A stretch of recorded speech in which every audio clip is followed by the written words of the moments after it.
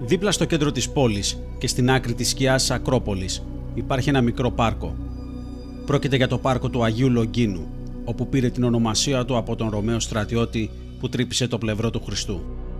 Στα Ορθόδοξα Ευαγγέλια, ο Ρωμαίος στρατιώτης που τρύπησε με τη λόγχη την πλευρά του σταυρωμένου Χριστού δεν έχει όνομα. Κατήχε το αξίωμα του εκατόνταρχου στο Ρωμαϊκό στρατό και έτσι αποκαλείται στα Ευαγγέλια. Ονοματίζεται μόνο στο απόκριφο Ευαγγέλιο του Νικόδημου ως Λογκίνος, η λατινική εκδοχή της ελληνικής λέξης λόγχη. Ο Λογκίνος καταγόταν από την Καπαδοκία και υπηρετούσε στο Ρωμαϊκό στρατό υπό τον Πόντιο Πιλάτο. Ήταν επικεφαλής της ομάδας που επιτηρούσε τον βασανισμό και τη σταύρωση του Χριστού. Όταν του ζητήθηκε να εξετάσει αν ο Χριστός ήταν πράγματι νεκρός, ο Λογκίνος τρύπησε με τη λόγχη τα πλευρά του και από την πληγή έτρεξε αίμα και νερό. Οι σταγόνες έσταξαν στο πρόσωπο του εκατόνταρχου και θεράπευσαν το πρόβλημα όρασης που τον ταλαιπωρούσε. Τότε, σύμφωνα με τους Ευαγγελιστές, αναφώνησε: «Αληθώς ο άνθρωπος ούτος, Υιός ειν Θεού».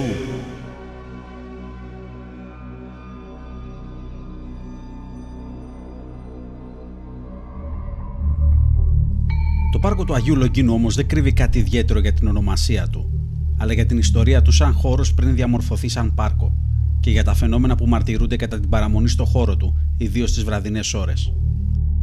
Επίσης, ένα από τα σημαντικά κριτήρια που προσδίδουν την άβρα του παραφυσικού στον χώρο είναι ορατό με την πρώτη ματιά, αφού το πάρκο ουσιαστικά είναι μεσοτυχία με το πρώτο νεκροταφείο Αθηνών.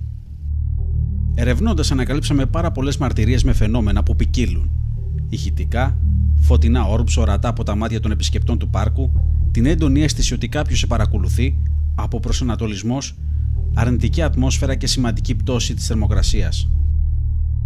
Η ιστορική έρευνα για το χώρο που βρίσκεται το πάρκο μας προξένησε τεράστιο ενδιαφέρον. Κατά τη διάρκεια του Δεύτερου Παγκοσμίου Πολέμου, οι κατοχικές δυνάμεις στο μέρος ακριβώς που έχει διαμορφωθεί σαν πάρκο είχαν ένα οχυρωματικό έργο, το οποίο εγκαταλείφθηκε. Στο συγκεκριμένο σημείο, οι ελληνικές δυνάμεις αντίστασης εκείνης της εποχής πετούσαν και έκρυβαν τα πτώματα των Γερμανών στρατιωτών. Όταν τελείωσε ο Δεύτερος Παγκόσμιος Πόλεμος και αποχώρησαν οι κατοχικές δυνάμεις, ο Δήμος Αθηνών επιχείρησε να διαμορφώσει τον χώρο και προς έκπληξη, κατά την εσκαφή, ανακαλύπτανε δεκάδες πτώματα Γερμανών στρατιωτών.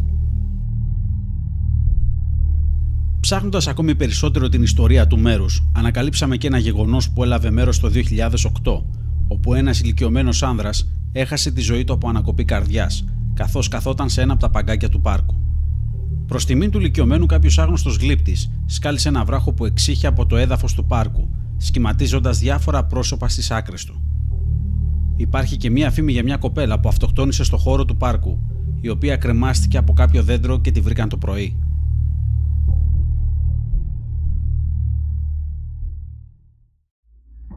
Η έρευνα μας εκτελέστηκε μέσα σε 3 επισκέψεις, μία ημερήσια και 2 βραδινές. Κατά τη διάρκεια της ημερήσιας έρευνας δεν παρατηρήθηκε κάτι περίεργο. Το αντίθετο κιόλας. Υπήρχε μια ευχάριστη ατμόσφαιρα στο πάρκο, με επισκέπτες να κάθονται και παιδιά να παίζουν στην περιφραγμένη παιδική χαρά του χώρου. Η ομάδα μας χρειαζόταν να βάλει τα πράγματα σε μια σειρά. Ξεκινήσαμε να σημειώνουμε τις μαρτυρίες που ακούγονται για το εν λόγω πάρκο και επίσης σε ποιους χώρους βάσει των μαρτυριών εντοπίζονται τα φαινόμενα. Στην πρώτη βραδινή διερευνητική έρευνα που διήρκησε 3 ώρες, παρατηρήσαμε την εναλλαγή της ανθρώπινης δραστηριότητας την ώρα που βράδιαζε και έπεφτε το σκοτάδι. Επίσης, η ατμόσφαιρα άρχισε να γίνεται αποπνικτική και βαριά, σαν κάτι να αναδυόταν σιγά σιγά καθώς έπεφτε το φως του ηλίου σε συγκεκριμένα σημεία του πάρκου.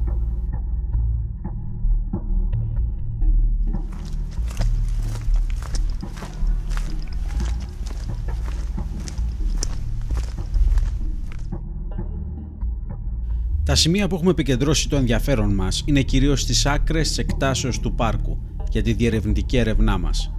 Και τα 2 σημεία είναι πολύ κοντά στη μάντρα που χωρίζει το νεκροταφείο από το πάρκο, αλλά επίσης είναι και τα πιο ερημικά. Ξεκινήσαμε την έρευνά μας από το πρώτο σημείο που βρίσκεται στη δυτική πλευρά του πάρκου, έχοντας προς το παρόν μία υπέρυθρη κάμερα και μία φωτογραφική μηχανή.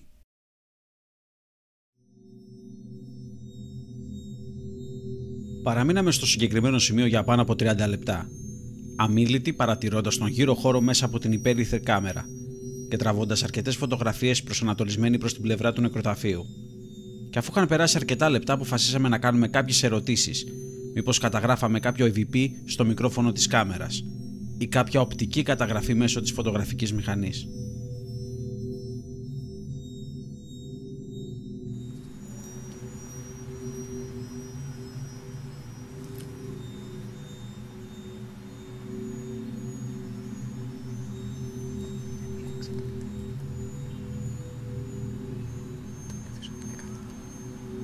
Είναι κάποιος εδώ?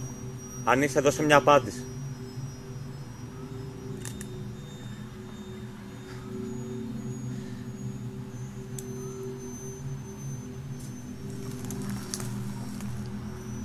Ότι υπάρχει εδώ, να μην φοβάται να πει κάτι. Μπορεί να πει το οτιδήποτε, μιλώντας στο μικρόφωνο αυτής της συσκευής. Δεν ήρθαμε να ενοχλήσουμε. Ούτε να πειράξουμε κανέναν. Είμαστε φίλοι. Εμφανίσου. Δώσε μια απάντηση. Μαζέψτε το EVP και πάμε στο δεύτερο σημείο που έχουμε πει.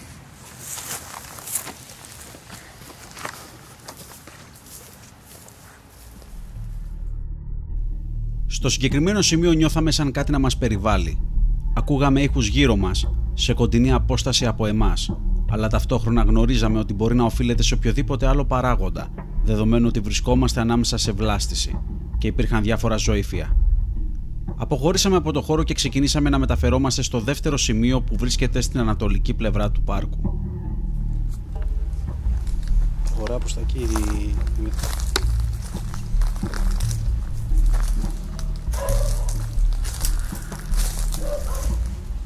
Καλά, φύλλα.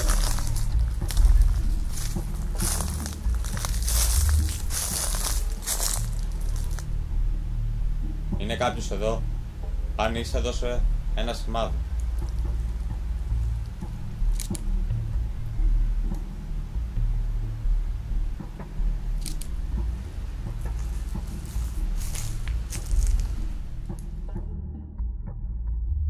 Συνολικά τραβήχτηκαν 340 φωτογραφίες από τη διερευνητική έρευνά μας και μόλις σε 3 από αυτές εμφανίζεται κάτι περίεργο.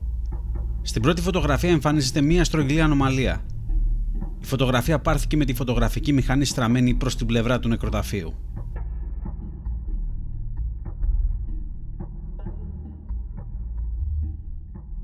Οι υπόλοιπες 2 φωτογραφίες είναι και αυτές τραβηγμένες από το ίδιο σημείο, με την μόνη διαφορά ότι εμφανίζεται μια μικρή έντονη λάμψη.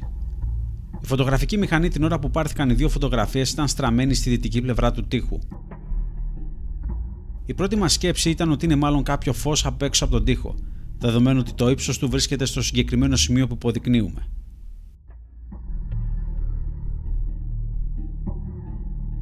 Ψάχνοντας τι υπάρχει εξωτερικά από το συγκεκριμένο σημείο, παρατηρήσαμε ότι βρισκόμαστε πολύ ψηλότερα κατά αρκετά μέτρα από τα ψηλότερα φώτα που βρισκόντουσαν στην πλευρά του νεκροταφείου και της πλατείας που βρισκόταν στην είσοδό του.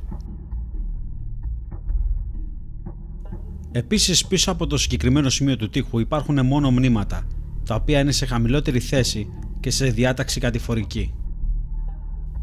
Αλλά είχαμε την κανονική έρευνα που θα εκτελούσαμε και έτσι θα ήταν μια πολύ καλή ευκαιρία να επαληθεύσουμε το σημείο και αν όντως υπάρχει κάποια πηγή φωτός που δημιουργεί τη συγκεκριμένη λάμψη. Κατά τη διάρκεια της διερευνητικής μας έρευνας ήμασταν αρκετά περιορισμένοι ως προς τις κινήσεις μας. Η ανθρώπινη δραστηριότητα που υπήρχε δεν μας επέτρεπε να ερευνήσουμε με τον τρόπο που θέλαμε τους υπόλοιπους χώρους του πάρκου. Συνεπώς, χρειαζόταν να περιμένουμε για την επόμενη βραδινή έρευνα. Ξεκινήσαμε τη δεύτερη βραδινή έρευνά μας, η οποία είναι και η κανονική, όπου θα διαρκέσει 6 ώρες στο χώρο του πάρκου, από το βράδυ έως το πρωί. Στον εξοπλισμό μας έχουμε πλέον προσθέσει και μια wide spectrum κάμερα, ώστε να καλύψουμε όλο το ηλεκτρομαγνητικό φάσμα του φωτός, από το υπεριώδες μέχρι και το υπέρυθρο. Στο πάρκο εισήλθαμε στις 11 το βράδυ και παραμείναμε στο χώρο απλά παρατηρώντας. Όταν η ώρα έφτασε μεσάνυχτα, πλέον ήμασταν μόνοι μας στο πάρκο. Πριν ξεκινήσουμε να κάνουμε κάποια συνεδρία EVP στους χώρους που είχαμε επιλέξει, αποφασίσαμε να περιηγηθούμε μέσα στο χώρο με τη wide spectrum κάμερα. Να υπενθυμίσουμε ότι η συγκεκριμένη κάμερα μας δίνει τη δυνατότητα να έχουμε ευρύτερη εικόνα καταγραφής, διότι μας παρέχει 170 μοίρες εύρος πλάνου.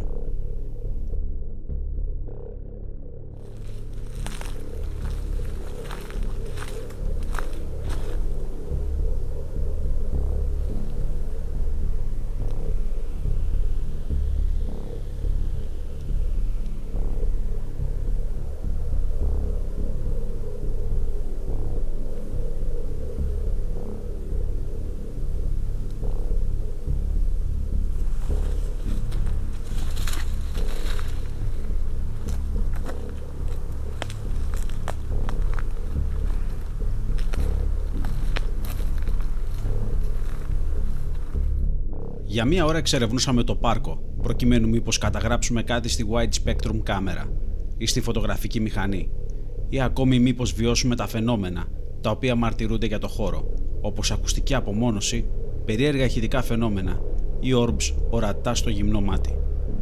Μέχρι στιγμής και με την ώρα να έχει φτάσει μία ώρα μετά τα μεσάνυχτα, δεν είχαμε παρατηρήσει μα ούτε και καταγράψει κανένα περίεργο φαινόμενο. Αποφασίσαμε να χωριστούμε, ώστε τα άτομα της ομάδας να απομονωθούν το ένα με το άλλο, μήπως είχαμε έτσι κάποια αλληλεπίδραση ή παρατηρούσαμε κάτι περίεργο.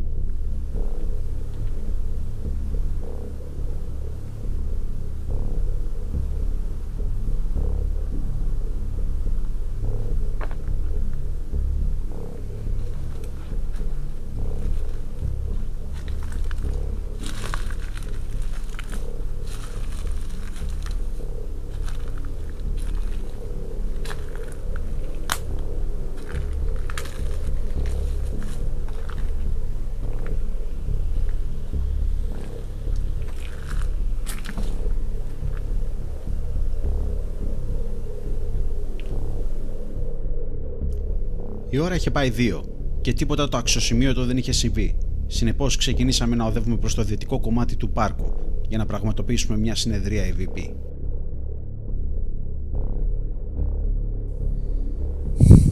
Αν υπάρχει κάποιο πνεύμα ή κάποια οντότητα σε αυτό το χώρο, έχει το ελεύθερο να επικοινωνήσει μέσω αυτής της συσκευής μαζί μας.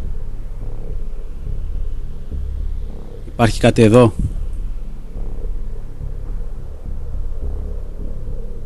Είναι εδώ μαζί μας κάτι?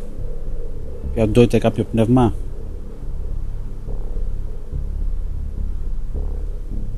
Είναι κάποιος εδώ μαζί μας? Είναι κάτι εδώ σε αυτό το χώρο το οποίο θέλει να δηλώσει την παρουσία του μέσα από τις συσκευές μας? Να πει το οτιδήποτε, να κάνει ένα θόρυβο?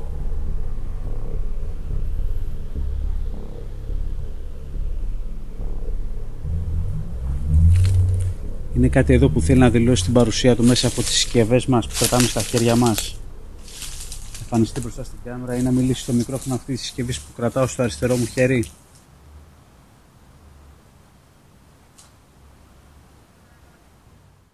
Σε αυτό το σημείο καταγράφηκε ένα ηχητικό φαινόμενο από το EVP Recorder. Το συγκεκριμένο EVP δεν καταγράφηκε ούτε από το μικρόφωνο της υπέρυθρης κάμερας, μα ούτε και από το μικρόφωνο της wide spectrum κάμερας. Μπροστά στην κάμερα ή να μιλήσει στο μικρόφωνο αυτής της συσκευής που κρατάω στο αριστερό μου χέρι? Μπροστά στην κάμερα ή να μιλήσει στο μικρόφωνο αυτής της συσκευής που κρατάω στο αριστερό μου χέρι? Στην κάμερα ή να μιλήσει στο μικρόφωνο αυτής της συσκευής που κρατάω στο αριστερό μου χέρι? Στην κάμερα ή να μιλήσει στο μικρόφωνο αυτής της συσκευής που κρατάω στο αριστερό μου χέρι?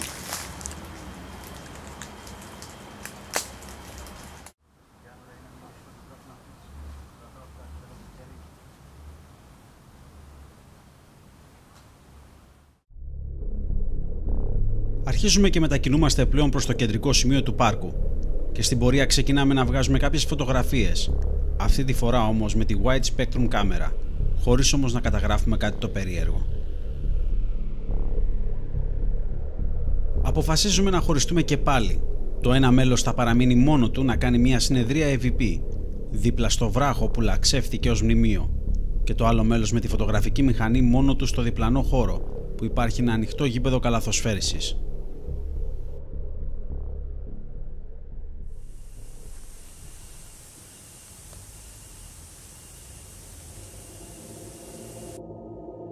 Χωρίς καν να έχει ξεκινήσει η συνεδρία EVP, από τα φυλλώματα του δέντρου αριστερά της οθόνης μια στρογγυλή ανομαλία εμφανίζεται και διαγράφει μια απορία καμπυλώδης, από πάνω προς τα κάτω και ξανά προς τα πάνω δεξιά της οθόνης.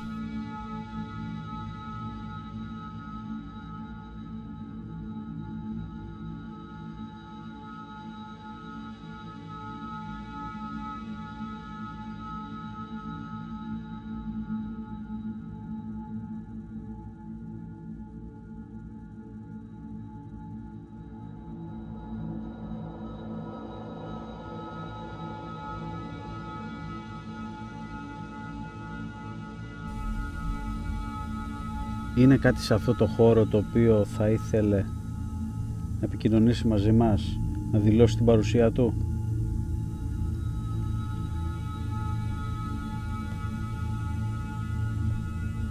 Είναι κάτι εδώ που θέλει να δηλώσει την παρουσία του, μιλώντας στη συσκευή που κρατάω στο δεξί μου χέρι,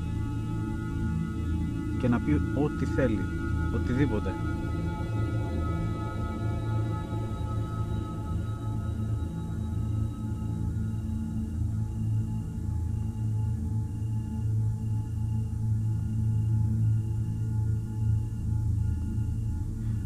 Είναι κάποιος εδώ?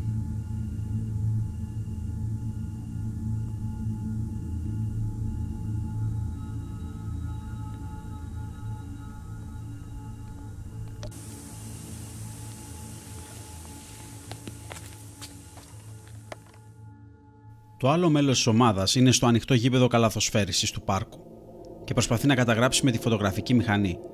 Και στην μόνη φωτογραφία που καταγράφεται κάτι περίεργο είναι μια στρογγυλή ανομαλία σε απόσταση κάποιων μέτρων από το φακό της κάμερας.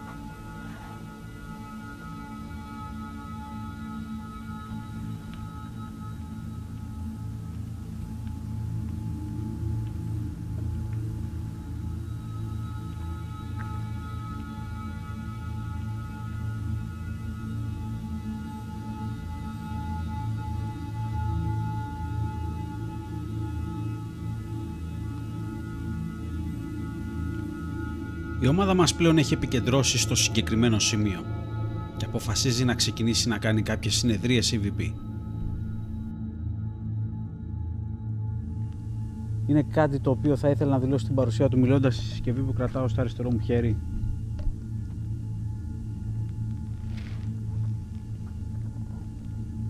Και να αποδείξει την ύπαρξή του, την παρουσία του στο χώρο.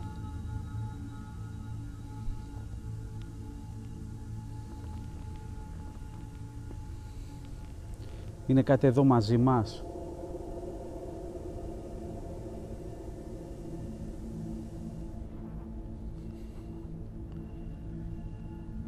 Εάν δεν μπορείς και δεν θες να επηρεάσεις τις συσκευές μας, μπορείς να κάνεις κάποιον θόρυβο, κάποιον χτύπο, ώστε να δηλώσεις την παρουσία σου στο χώρο. Μπορείς να το κάνεις?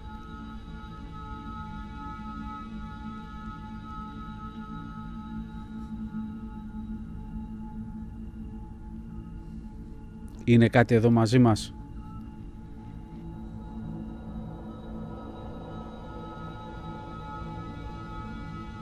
Μπορεί να κάνεις ένα απλό χτύπο, σαν αυτό, και να σε ακούσουμε, και έτσι να δηλώσεις την ύπαρξή σου στο χώρο, να δείξεις ότι υπάρχεις.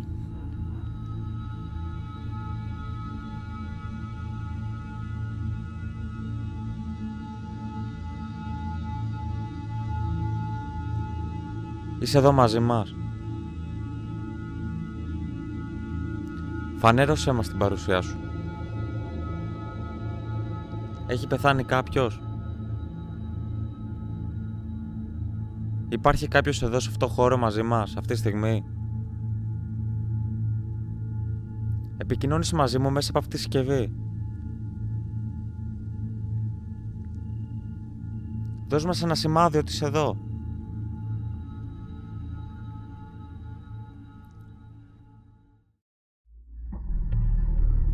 Η ώρα είχε πάει 4 το πρωί. Μέχρι στιγμής ούτε είχαμε δει κάποιο φωτεινό ορμπ με γυμνά μάτια, ούτε ακούσαμε κραυγές. Δεν είχαμε καμία απώλεια αίσθησης του χρόνου. Επίσης, μία από τις χαρακτηριστικές μαρτυρίες που ακούγονται και γράφονται για το πάρκο είναι τα λεγόμενα τυμπανάκια, όπου από τις άκρες του πάρκου κάποια συγκεκριμένη στιγμή ακούγεται από το κέντρο του ένα ηχητικό φαινόμενο, σαν να βαράνε μικρά τυμπανάκια και όταν πλησιάζεις προς το κέντρο ο ήχος σιγά σιγά χάνεται. Και όταν ξαναπλησιάζεις στις άκρες, ο ήχος σιγά σιγά επαναφέρεται και συνεχίζει να ακούγεται με κατεύθυνση στο κέντρο του πάρκου. Εμείς πάντως τον μόνο θόρυβο που ακούσαμε ήταν η ποτιστική αντλία του πάρκου, όπου ενεργοποιήθηκε κατά τις 3 τα ξημερώματα.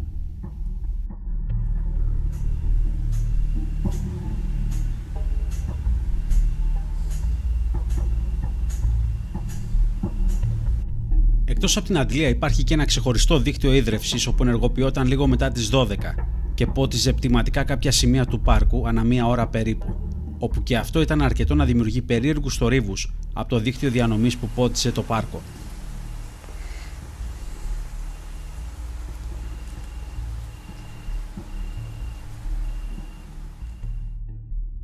Αν συνυπολογίσουμε και την ακουστική απορρόφηση που υπάρχει λόγω της βλάστησης αλλά και της διαμόρφωσης που έχει το πάρκο σε σχήμα γάμα, τότε είναι πολύ εύκολο το ανθρώπινο αυτί να ξεγελαστεί.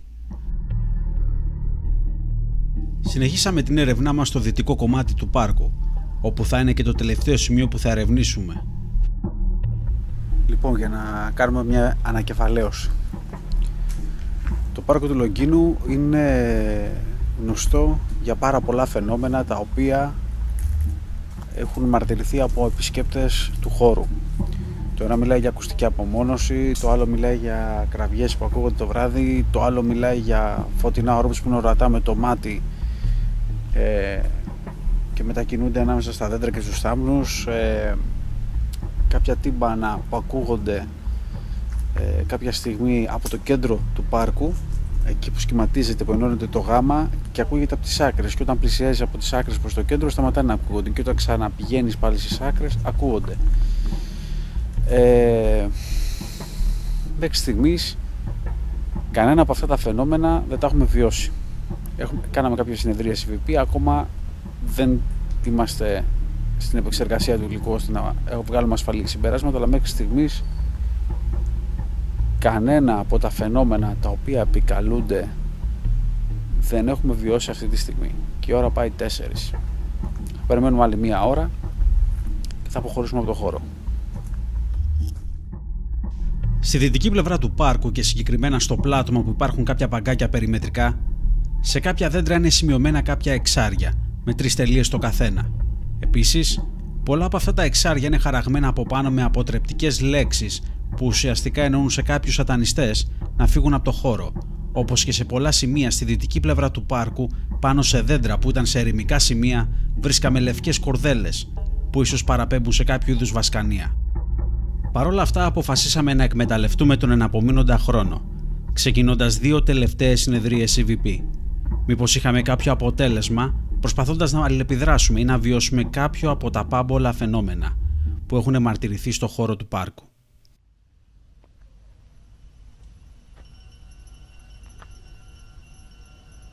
Και αν υπάρχει κάποιο πνεύμα ή οντότητα, ας φανερωθεί μπροστά μας, ας δηλώσει την παρουσία του, ας κάνει έναν εμφανή χτύπο, κάτι, οτιδήποτε.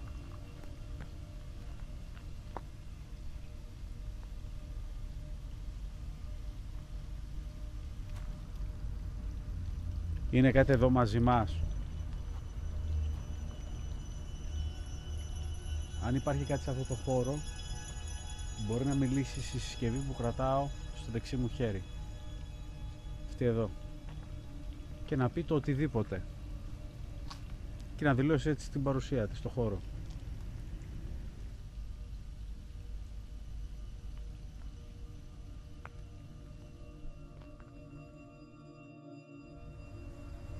Είναι κάποιος εδώ μαζί μας?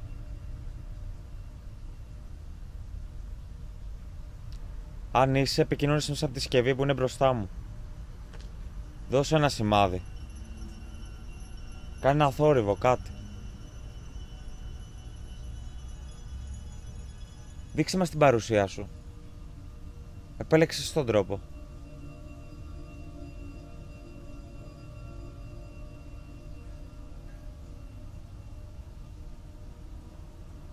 Κάνε ένα θόρυβο. Φανέρωσε την παρουσία σου σε εμάς.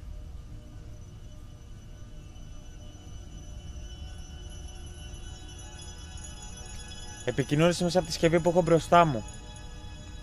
Αυτή που δείχνω εδώ. Επικοινώνησε μαζί μας.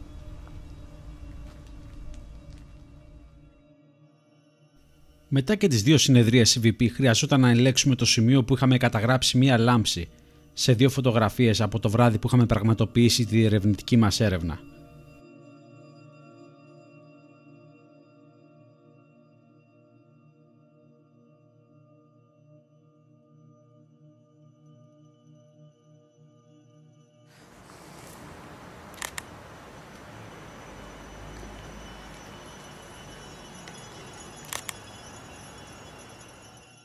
Προσπαθήσαμε να αναπαράγουμε το συγκεκριμένο οπτικό φαινόμενο τραβώντας κάποιες φωτογραφίες. Κανένα φως από όποια οπτική και αν τραβούσαμε, το συγκεκριμένο σημείο δεν μας έβγαζε καμία πηγή φωτός. Και τα πολύ μακρινά φώτα ούτε καν φαίνονται, είναι πολλά μέτρα μακριά. Γιατί το χαρακτηριστικό σε αυτές τις 2 φωτογραφίες είναι ότι είναι πολύ φωτεινό. Κάνει διάθλαση του φωτός. Εφόσον δεν είχαμε κάποια πηγή φωτός, θεωρήσαμε ότι έπρεπε να δούμε μήπως αν ήταν κάποια γάτα που τα μάτια της αντανακλούσαν στο φλας της μηχανής και στεκόταν στον τοίχο. Κατά τη διερευνητική έρευνά μας παρατηρήσαμε σε κάποιες φωτογραφίες που υπήρχαν γάτες ότι η αντανάκλαση του φλας στα μάτια μιας γάτας δεν αναπαράγει το ίδιο φαινόμενο σε χαρακτηριστικά. Εξακολουθήσαμε να προσπαθούμε να κατανοήσουμε το πώς προκλήθηκε μια τέτοια λάμψη και χρειάστηκε να ψάξουμε πώς διαφαίνεται ένα έντομο με το φλας της μηχανής. Όμως, ακόμα και να ήταν έντομο στο χώρο που βρισκόμασταν, υπήρχαν εκατοντάδες υπτάμενα έντομα τα οποία δεν δημιούργησαν καμία απολύτως αντανάκλαση στις συνολικά 560 φωτογραφίες που τραβήχτηκαν κατά τη διάρκεια και των 2 ερευνών. Για το τέλος και λίγο πριν αποχωρήσουμε από το χώρο, θελήσαμε να κάνουμε ένα πείραμα. Ο σκοπός ήταν να ρίξουμε χώμα και σκόνη μπροστά από το φακό της υπέρυθρης κάμερας και της φωτογραφικής μηχανής, να δούμε αν μπορούμε να αναπαράγουμε εμείς οι ίδιοι οπτικά φαινόμενα. Σε αυτό το σημείο, πάμε. Πρώτα δοκιμάσαμε να σηκώσουμε χώμα και σκόνη κλωτσώντας ουσιαστικά στο χώμα και δοκιμάζοντας ταυτόχρονα την υπέρυθρη κάμερα και τη φωτογραφική μηχανή.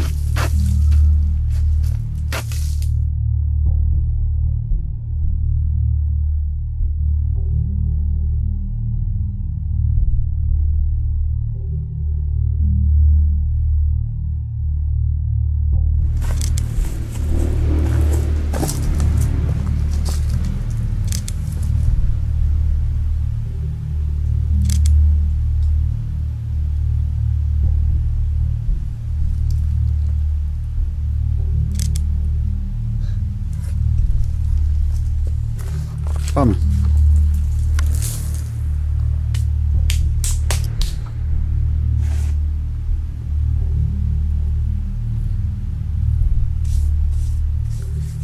Πάμε άλλη μία.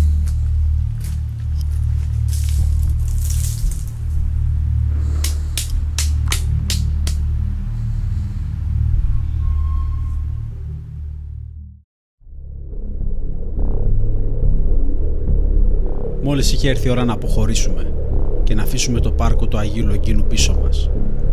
Και αφού κάνουμε πρώτα ένα διάλειμμα, θα προετοιμαστούμε πλέον με όλη την ομάδα για να αναχωρήσουμε βορειοδυτικά της Αθήνας.